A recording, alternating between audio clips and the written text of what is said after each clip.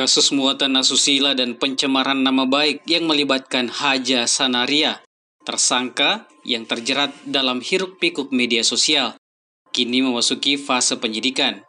Namun, keinginan masyarakat untuk melihat penegakan hukum yang tegas tampaknya belum terwujud. Meskipun laporan sudah terdaftar di Polres Nrekang dengan nomor STTLP-195-angka Romawi 11 2024 SPKT. Misbah Juang, Ketua Korlap Aksi dari Aliansi for Justice Nrekang, mengungkapkan kekecewaannya terhadap lambannya proses hukum. Tindakan Haja Sanaria sudah memenuhi unsur untuk penahanan, namun bukti kuat dan ancaman hukuman tampaknya tak membuat pihak kepolisian bertindak.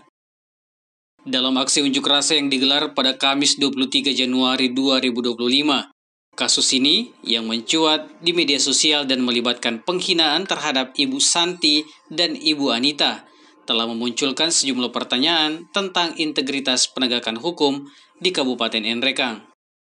Misbah menekankan bahwa jika hukum tidak ditegakkan, maka kepercayaan masyarakat akan berkurang dan bisa saja memicu pembangkangan.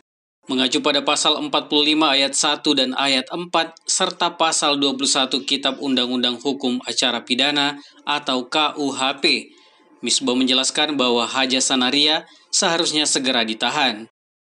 Aksi unjuk rasa di Nrekang Kamis 23 Januari 2025 bukan hanya karena ancaman pidana yang mencapai 6 tahun, tetapi juga karena adanya kekhawatiran akan pelarian dan penghilangan barang bukti. Ia juga menjelaskan bukti sudah ada dan dia telah menghapus jejaknya. Ketidakpuasan masyarakat terhadap penegakan hukum ini bukan hal yang baru. Kami meminta Kapolres Nrekang untuk bertindak tegas. Ini adalah bentuk ultimatum kami.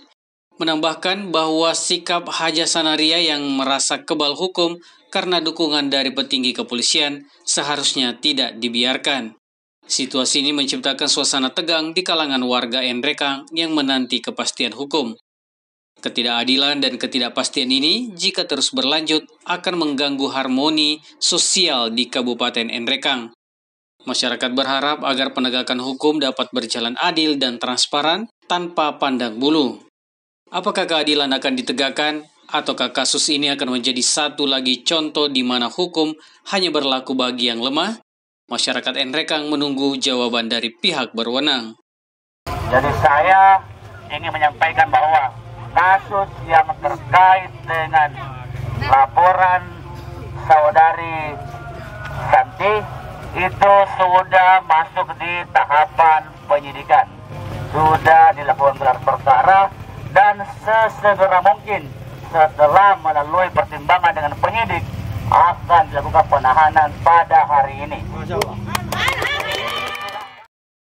Dari Kabupaten Nrekang, Sulawesi Selatan, Tim Liputan Kabar Sulsel mengabarkan.